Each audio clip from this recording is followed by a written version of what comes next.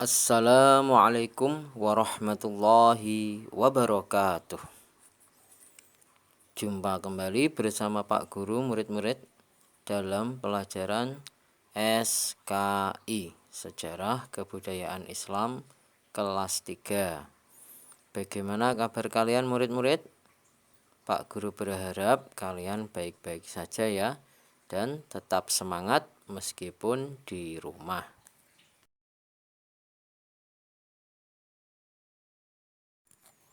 Pada kesempatan kali ini, Pak Guru akan menerangkan tentang masa kanak-kanak Nabi Muhammad SAW. Tapi sebelum itu, mari kita awali dulu dengan bacaan Bismillahirrahmanirrahim. Murid-murid, dalam pembelajaran kali ini ada 5 pokok bahasan. Yang pertama yaitu mengenai kelahiran orang yang terpuji, yaitu Nabi Muhammad SAW. Yang kedua, Nabi Muhammad SAW pada awal pengasuhan. Yang ketiga, Nabi Muhammad SAW dalam asuhan Siti Aminah. Yang keempat, Nabi Muhammad SAW dalam asuhan Abdul Muthalib. Dan yang terakhir yaitu Nabi Muhammad SAW dalam asuhan Abu Thalib. Bagaimana selanjutnya? Simak baik-baik ya murid-murid, jangan sampai dilewatkan. Untuk mengawali penjelasan Pak Guru, baiknya Pak Guru beri intro dulu ya murid-murid, yaitu dengan syair terkait silsilah keturunan Rasulullah SAW. Begini bunyi syairnya. Rahatil adyaru tashdu bilayalil maulidi wa barikun nuri yabdu min ma'ani ahmadi wa barikun nuri yabdu min ma'ani ahmadi bilayalil maulidi bilayalil maulidi bilayalil maulidi.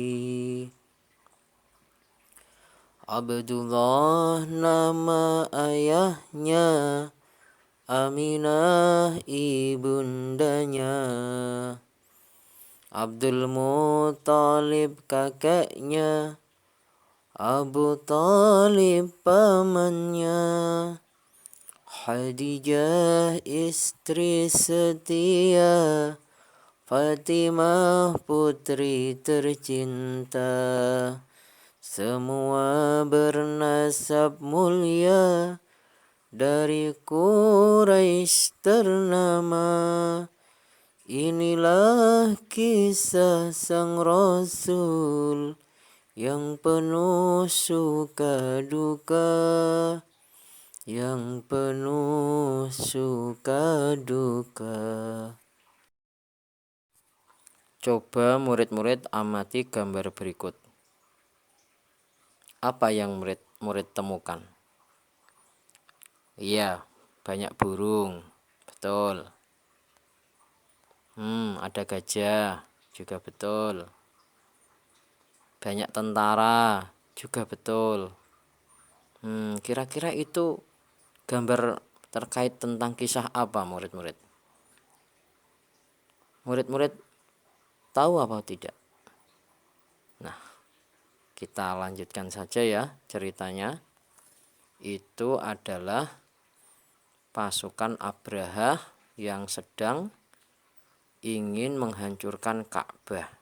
Dan di tengah perjalanan sebelum sampai ke kota Makkah dihadang oleh burung ababil dengan menjatuhkan butiran-butiran batu panas dari neraka sehingga pasukan Abraha porak-poranda dan mati.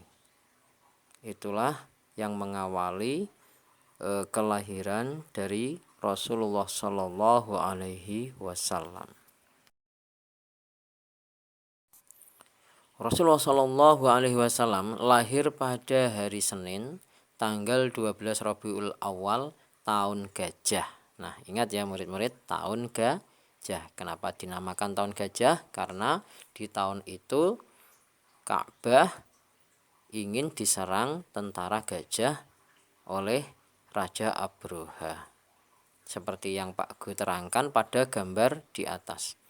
Tahun itu bertepatan pada tanggal 20 April tahun 571 Masehi. Jika dihitung dari bulan atau tahun Masehi, maka bertepatan dengan tanggal 20 April 571.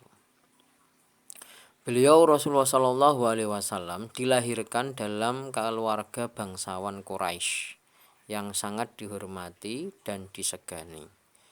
Kakek beliau yang bernama Abdul Muthalib itu bangsawan Quraisy yang dipercaya untuk menjaga Ka'bah. Jadi yang dipasrai kunci Ka'bah itu adalah Abdul Muthalib, dan beliau adalah kakek Nabi Muhammad Shallallahu Alaihi Wasallam. Tugas ini adalah sebuah tugas yang sangat terhormat kala itu bagi kaum Quraisy. Muhammad Shallallahu Alaihi Wasallam lahir dari keluarga yang miskin. Hartanya sedikit, tetapi kaya dalam akhlak dan budi pekerti. Jadi keluarga Nabi Muhammad Shallallahu Alaihi Wasallam itu bukan keluarga yang kaya raya banyak harta, tetapi keluarga yang sederhana tetapi berwibawa. Diceritakan oleh Siti Aminah, yaitu ibunda Nabi Muhammad Shallallahu Alaihi Wasallam, ketika beliau melahirkan Nabi itu, ibundanya tidak merasa sakit seperti orang melahirkan pada umumnya. Jadi hampir tidak merasakan sakit, bahkan tidak merasakan sakit sama sekali. Artinya lancar, tidak ada masalah.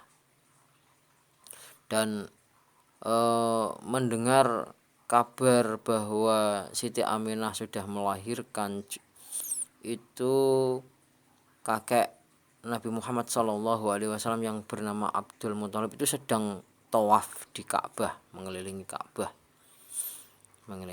tawaf, dan dikabari ketika itu beliau langsung pulang dan membawa cucunya ikut tawaf berkeliling. Dan saat itulah Muhammad diberi nama oleh kakeknya, yaitu Muhammad. Jadi nama Muhammad itu adalah pemberian dari kakek beliau Muhammad. Siapa namanya? Yaitu Abdul Muthalib. Orang-orang Arab kota Makkah memiliki tradisi, terutama pada orang-orang bangsawan. Apa tradisinya? Yaitu menyusukan dan menitipkan bayi-bayi mereka kepada wanita Badiyah. Wanita Badiyah itu wanita apa toh? Yaitu wanita pada suatu daerah padang pasir. Tujuannya apa kok dititipkan? Tujuannya agar bayi-bayi mereka itu dapat menghirup udara yang segar, terhindar dari penyakit, dan supaya bayi-bayi itu dapat berbicara dengan bahasa yang baik dan fasih. Jadi itu sudah menjadi tradisi mereka, bahwa jika anaknya lahir itu langsung dititipkan atau disusukan kepada orang-orang yang berada di pedusunan, pedesaan lah.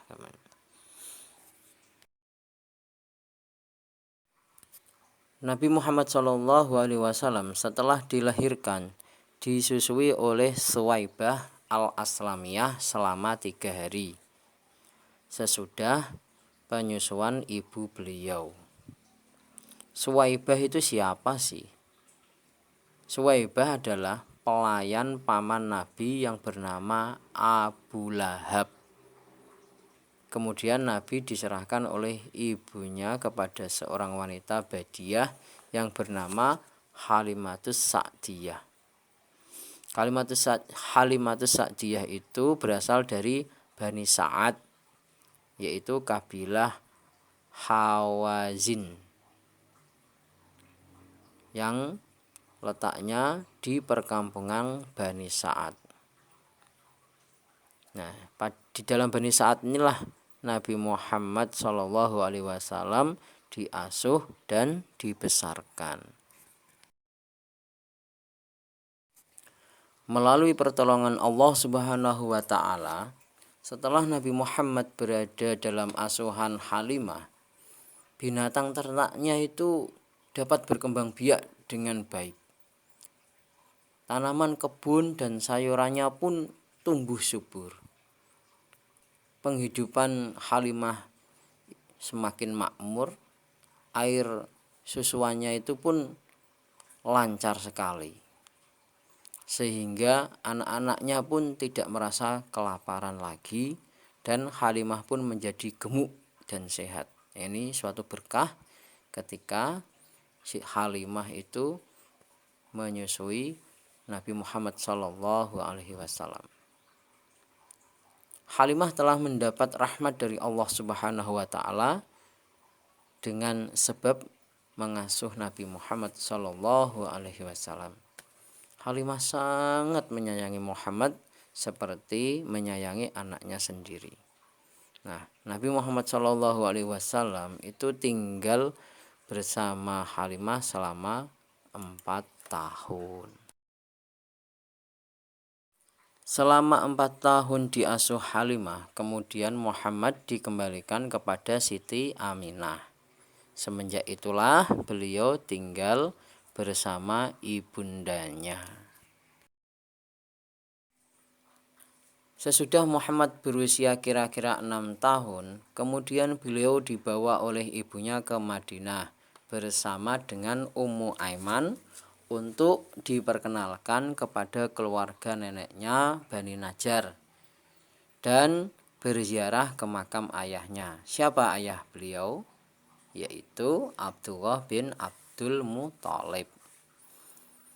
Ayah beliau meninggal dunia saat beliau masih dalam kandungan, kira-kira umur 6 bulan dan ada yang berpendapat 3 bulan. Sementara umur ayah Nabi Muhammad SAW ketika meninggal yaitu 18 tahun. Jadi masih muda ya murid-murid. Pak Guru sekarang sudah 38 tahun. Masih muda ayah Nabi Muhammad SAW ketika meninggal. Ayah beliau tidak meninggalkan harta benda yang banyak, tetapi hanya meninggalkan beberapa ekor unta saja. Jadi beliau itu tidak lahir di kalangan harta yang melimpah, tetapi beliau lahir di kalangan keluarga yang sederhana, tetapi bersahaja.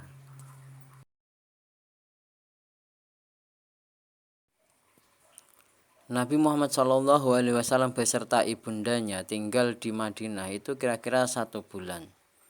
Ketika ia akan kembali ke Makkah dan baru sampai ke kampung Abwa, tiba-tiba ibunda Nabi Muhammad SAW itu jatuh sakit. Dan tidak hanya sakit, bahkan meninggal di sana juga, di desa Abwa itu, dan dikebumikan di sana juga. Akibatnya dalam usia 6 tahun beliau sudah menjadi seorang yang yatim piatu. Ini murid-murid, bagi murid-murid yang ayahandanya sudah tiada atau mungkin ibundanya yang sudah tiada, ini Rasulullah umur 6 tahun sudah ditinggal ayahanda dan ibunya.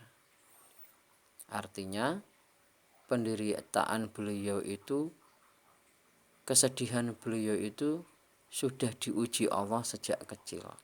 Jadi murid-murid jika mendapat ujian dari Allah Subhanahu wa taala harus tetap bersabar. Setelah ibundanya dimakamkan, Nabi Muhammad SAW segera meninggalkan kampung Abwa itu. Beliau kembali melanjutkan perjalanannya ke Makkah bersama dengan Ummu Aiman.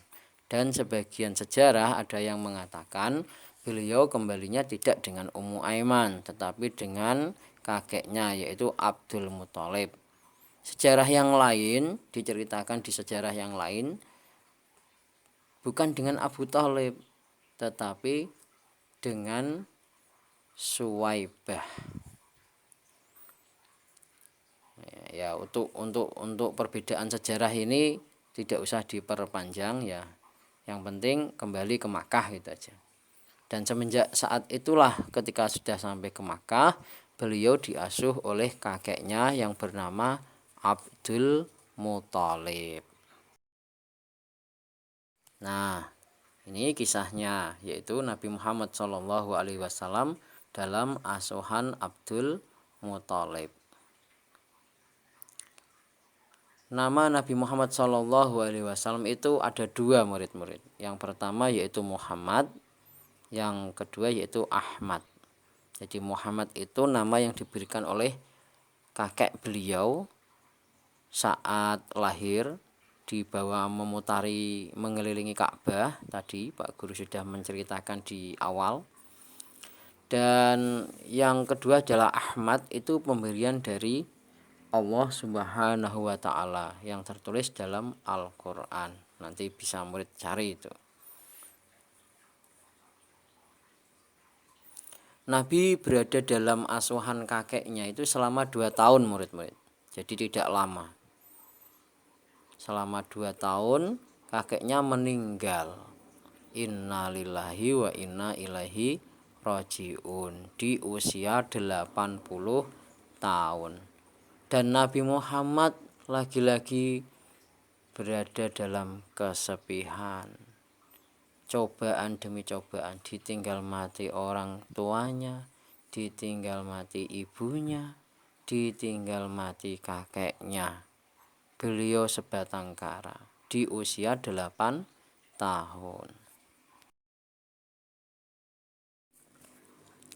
Abdul Muthalib pernah berwasiat pengasuhan Muhammad berlanjut pada anak-anaknya, paman-paman dari Nabi Muhammad Shallallahu Alaihi Wasallam.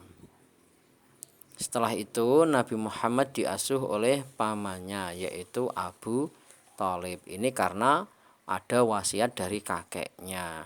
Jadi nanti kalau kakeknya sudah tidak ada, yang mengasuh Muhammad adalah paman beliau, dan jatuhlah pilihan kepada Abu Thalib. Kesungguhan dia mengasuh Nabi serta kasih sayang yang dicurahkannya ini tidaklah kurang dari apa yang diberikan kepada anaknya sendiri. Jadi paman beliau itu sangat menyayangi Nabi Muhammad SAW di masa kecilnya. Siapa Abu Thalib itu? Bagaimana kehidupannya? Jadi Abu Thalib itu ya paman Nabi. Bagaimana kehidupannya? Kehidupan Abu Thalib itu termasuk paman Nabi yang miskin. Artinya penghidupannya itu termasuk orang yang kurang mampu.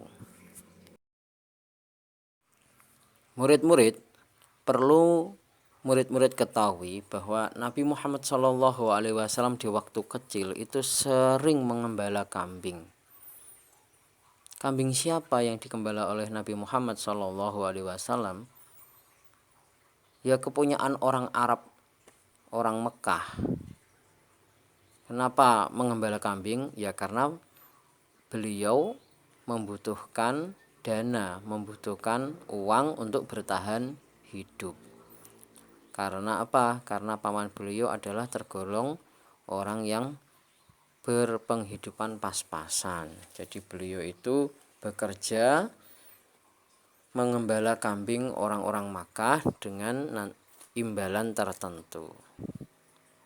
dan dengan upah tersebutlah beliau gunakan untuk bertahan hidup bersama pamannya. Waktu Nabi berusia 12 tahun, Nabi diajak oleh pamannya menyertai berdagang pergi ke negeri Syam. Nah, sejak itulah Nabi Muhammad SAW mulai belajar berdagang atau berniaga. Jadi Nabi Muhammad SAW itu diajak berdagang umur 12 tahun. Di mana? Di negeri Syam. Paman beliau yang bernama Abu Thalib ini mengasuh Nabi Muhammad SAW hingga beliau dewasa.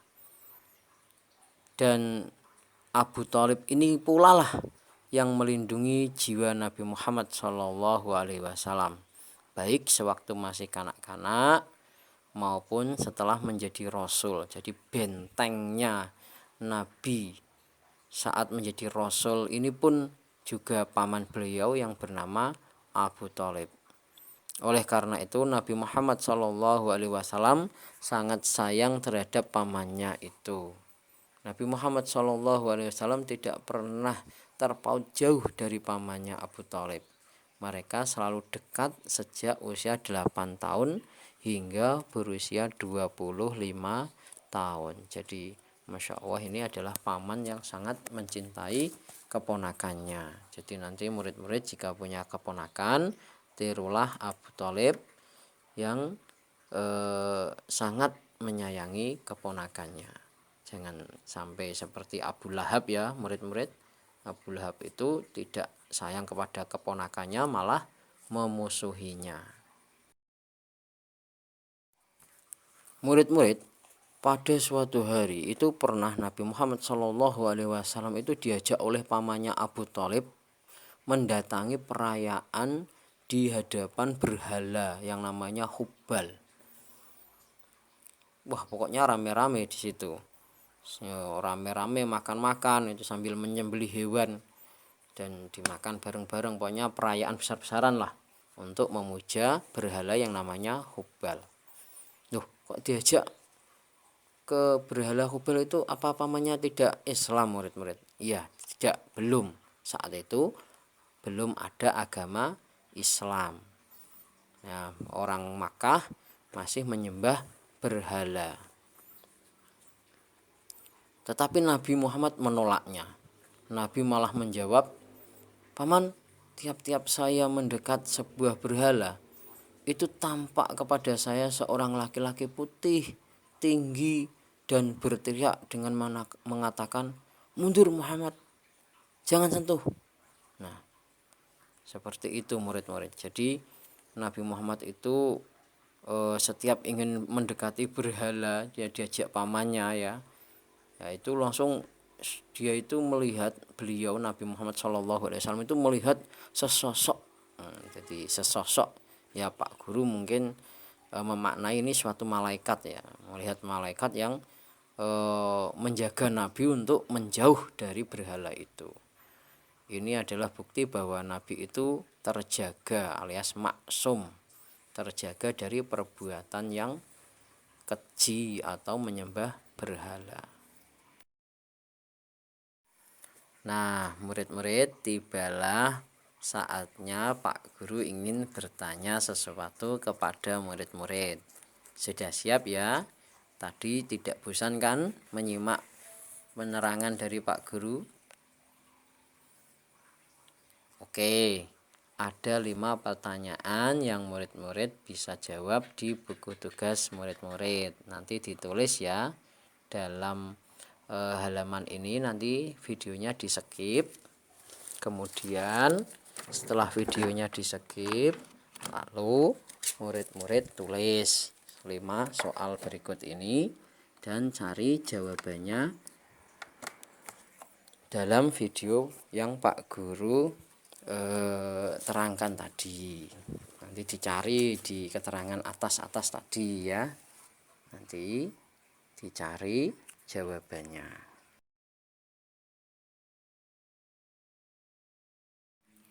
Demikian keterangan singkat dari Pak Guru terkait awal kelahiran Nabi Muhammad SAW dan masa pengasuhan beliau dan siapa-siapa saja yang mengasuh beliau dan cerita apa saja yang terjadi saat beliau diasuh oleh mereka. Nanti murid-murid pahami ya. Kurang lebihnya Pak Guru mohon maaf atas segala kekurangan, kesalahan yang Pak Guru buat sengaja maupun tidak sengaja. Pak Guru akhiri saja. Sampai bertemu pada pembelajaran berikutnya. Wassalamualaikum warahmatullahi wabarakatuh.